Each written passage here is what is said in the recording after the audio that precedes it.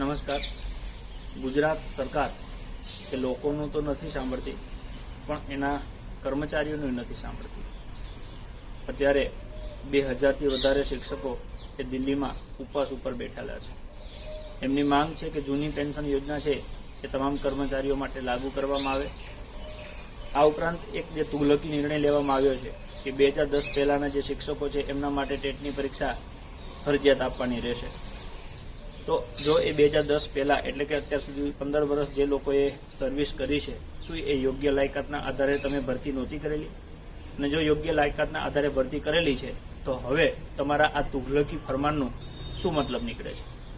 શું હાથે કરીને શિક્ષકોને હેરાન કરવામાં આવે છે, એમને મજબૂર કરવામાં આવે છે કે જેથી કરીને એ આત્મહત્યા કરવાનું પસંદ કરે?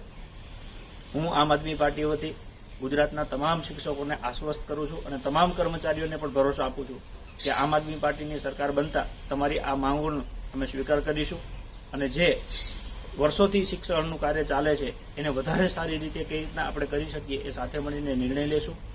જૂની પેન્શન યોજના એ બધા માટે ખૂબ જ ઉપયોગી છે અને એ બધાને લાગુ પડવી જોઈએ એવું આમ આદમી પાર્ટીનું પણ માનવું છે અને અમે અમારી સાથે છીએ.